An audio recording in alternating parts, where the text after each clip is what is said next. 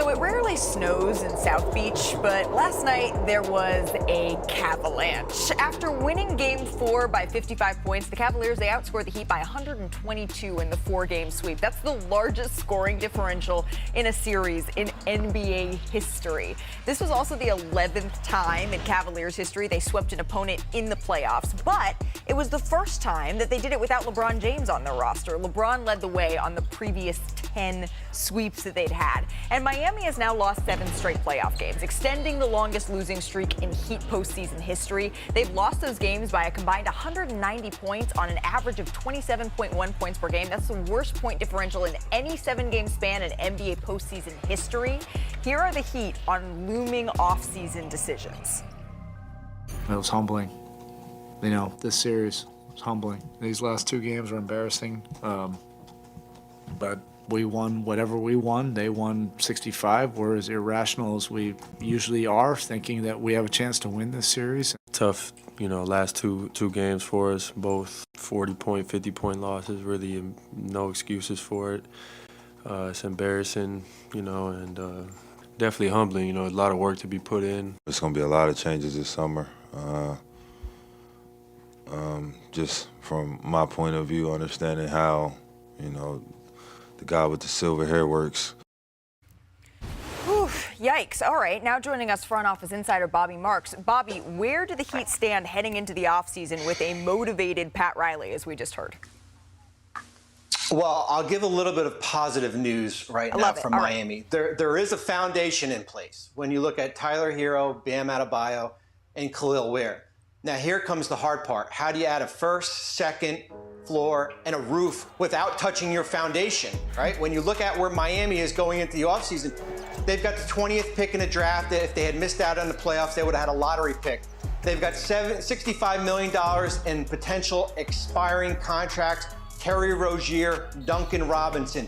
Is the picks, 2 of them in 2030 and 2032, is the picks and expiring contracts good enough to go get yourself a star player without trading Hero and Adebayo? I don't think it is, but Malika, there's a lot of work to do in Miami, and certainly these 2 losses certainly confirms that. Yeah, bleak is the word. When we were speaking, you used time and time again, Bobby, in talking about the decisions that Miami has to make here. Danny, what's the biggest change that you think the Heat need to make as they plan for this offseason? I mean, with what Mr. Marks just said, Bobby, how you doing? Thanks Mr. Marks, I love it. It's hard to find. Don't make me sound old, Danny Green. You're still young, Bob. You're still young. But what he just said, they don't have much to give, but their best bet is to try to find a big star in the offseason. People talking about Kevin Durant. Giannis, really, if they hope that the Bucks lose and that Giannis wants out, obviously Dame is hurt now. That was a guy that they were trying to get before, who is going to be out for next season. The only guy they can get is either Giannis or KD, and this is the target. But it's hard to get Giannis with the pieces you have. Milwaukee's not going to want Terry Rozier, Davion Mitchell, or... Is it hard, Bobby, or is it impossible? It seems impossible, because they're going to have to give up Bam or Tyler Hero. But, Bob, you can have more information than I do. So, Bob, you let us know. I think either player is going to be a challenge. I think they're going to probably be in the back of the line of teams that have more available. Certainly we're talking about maybe Houston as one of those teams that have young players and draft picks here. I think the big question in Miami, and this is not their DNA, would they ever use the R word, which is rebuild? I think that's something that it's very hard threading the needle. They've been a play-in team consistently the last few years. Would they ever consider taking a step back, potentially taking the Oklahoma City approach? And I know that was a lot of pain doing so, and basically build this roster through maybe you get a core player back and draft picks and going in that direction here, because it's going to be hard. Basically, they're going to be where they are right now a year from now if there are no changes here. So it might have to be taking a step back and not have to go and star chasing.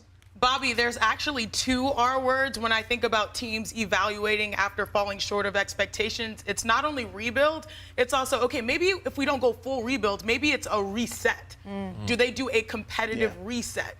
Because they have 2 players that are expected to be premier players in the NBA, in Bam and Tyler.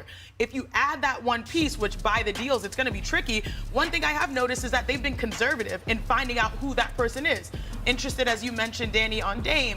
KD at the trade deadline, his name came up as information like, oh, potentially could go there. Right. They've been patient, but now I think this game, I mean, at one point they were down 60 points, the most we've ever seen in playoff history. They have to look hard in the mirror and make a decision, because right now, after a performance like that, you have to reset. Right, but it's hard thinking that they had that other piece in Jimmy Butler and it didn't totally work, right? And even Tyler Hero telling Jared Weiss at The Athletic that he knows this series, it could have been different if Jimmy Butler was there. That's why there's such hard conversations. You know what? It happens to folks at times. At a weak moment. It happens at times. So we like to talk about the victors on this show. On the other side of this series, the Cavaliers, they were impressive in the sweep. Here they are on advancing to the next round. I was telling Jalen Tyson, man, like, this is special. I was telling him, like, this is your first playoff series. This is what you're watching. It's like something that isn't normal. Like, you know what I'm saying? So for us, understanding that this is special. We've been doing special things all year, but we didn't come here just to sweep in the first round and get to the second. You know what I mean? So the goal is how can we, take advantage of this rest, this break, and then be ready to go for next round. Here's the thing. They dominated the last two games and didn't even have Darius Garland. They redefined dominance in this series. But the most dangerous aspect of this Cleveland team moving forward into the second round, Bobby, is what? Well, I mean, listen, I think when you look at from a Cleveland's perspective, I think it's their depth. I mean, I think when you look at it with Ty Jerome and DeAndre Hunter coming off their bench, I think that being healthy is important. The layoff now with Darius Garland, be able to kind of rest here, certainly missed the last two games here. And you look at the two teams that, they could potentially face, likely going to be Indiana. Right. They're going to be refreshed when we get to a conference semifinals. With how they're playing and how healthy they've been, I see them as the favorites in the East right now. Boston is struggling against the Orlando Magic, and right now Cleveland is rolling, and they're laser focused. I love what they're doing and how mature they've been. Interesting. So you say that they're the favorites. We know that, like you said, Boston is dealing with Knicks and Knacks. But when I'm looking at this series performance by the Cleveland Cavaliers, you outscore your opponents by 122 points. You win 2 out of the 4 games without your all-star. One of your players has won Defensive Player of the Year. You had, in the moment that you needed, your top player, Donovan Mitchell, dropped like 20 in the fourth quarter to seal the deal. Like, you've checked every literal box on top of being healthy. Like, this might be their time. Yeah, it seems like they are winning in a variety of different ways, and that's the most impressive part. And the 1 seeds, they've been completely dominant during their round 1 sweeps. The Cavaliers, they win by over 30 points per game. The Thunder by almost 20 a game. It's just the second time both number 1 seeds have swept their first round series since the first round moved to a best of 7 in 2003. Cunningham driving, pull-up jumper, no good. Harris battling, loose ball on the floor. Hardaway, 2 seconds left, puts up the shot, no! And the game is over. Bickerstaff is on the floor and Ray. The Knicks take a 3-1 series lead. I don't know any other way around it. There's contact on his jump shot. The guy leaves his feet. He's at Timmy's mercy. You guys saw it. Blatant.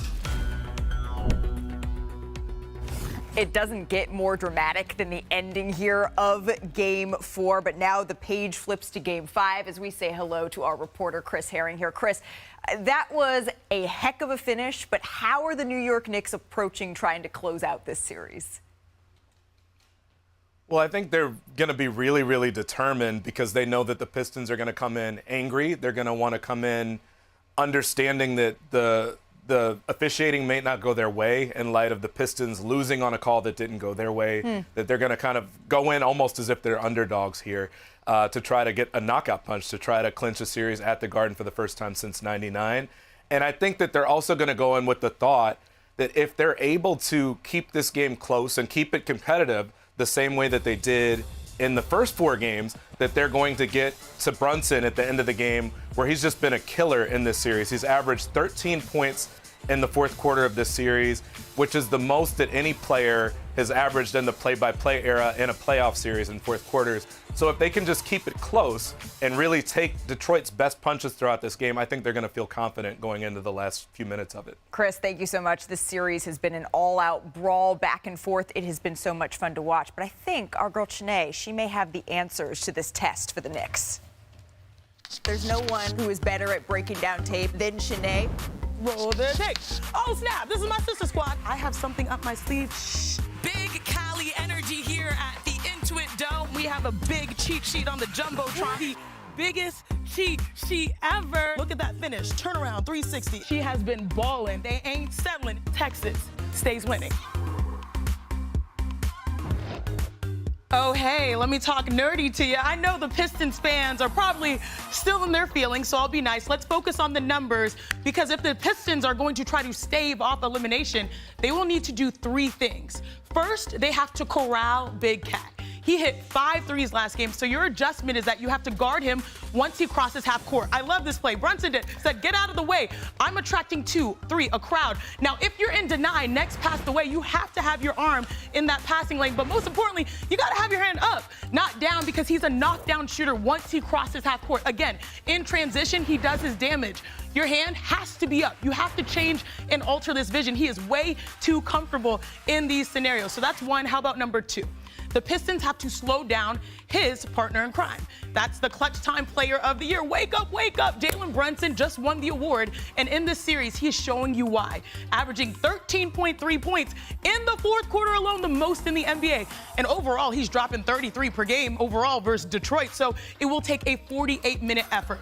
And last but not least, Cade, you have to be a closer. Cade has been phenomenal this year, and in the postseason, the problem is, you know what, you think about it, he missed his bunnies in that 4th quarter. He went 2 for 7 in that final frame. None bigger, that bunny that he missed, than the final possession. Look at these plays right here. These are shots he can make in his sleep. Now, the load, he's shouldering a lot, but if these shots go down, they are competitive, and maybe they won't be looking like an end-of-game possession will dictate your course in a series. So the Pistons, they will need to bring their defense and have motorcade in cruise control once again. Which of the 3 teams that are down 1-3, they have the best chance at extending their series? We're talking about Orlando, Detroit, or Milwaukee, all in action tonight.